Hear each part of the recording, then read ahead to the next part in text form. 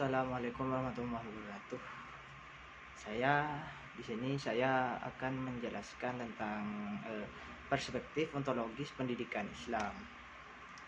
Perspektif ontologis dalam konteks pendidikan Islam merujuk pada pandangan tentang hakikat dan realitas yang mendasari eksistensi dan tujuan pendidikan dalam tradisi Islam. Ontologi sendiri adalah cabang filsafat yang mempelajari tentang apa yang ada, apa yang dapat diketahui tentang eksistensi serta sifat dari apa yang ada.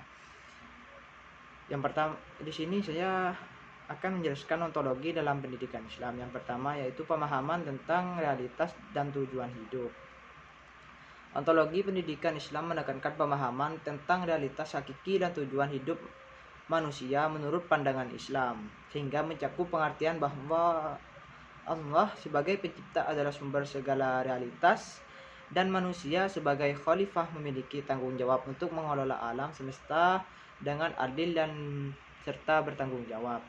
Yang kedua, Al-Quran sebagai sumber pengetahuan. Ontologi pendidikan Islam meletakkan Al-Quran sebagai sumber utama pengetahuan tentang realitas dan eksistensi. Al-Quran dalam memberikan panduan tentang penciptaan, tujuan hidup, dan hubungan antara manusia, alam semesta, dan sang pencipta.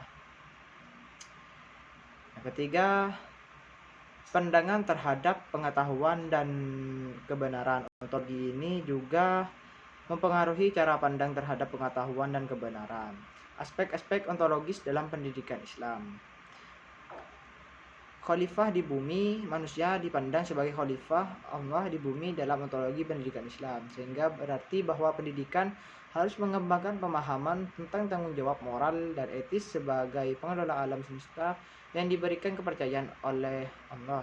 Tujuan hidup. Ontologi ini juga membantu menetapkan tujuan hidup yang jelas dalam pendidikan ajaran Islam,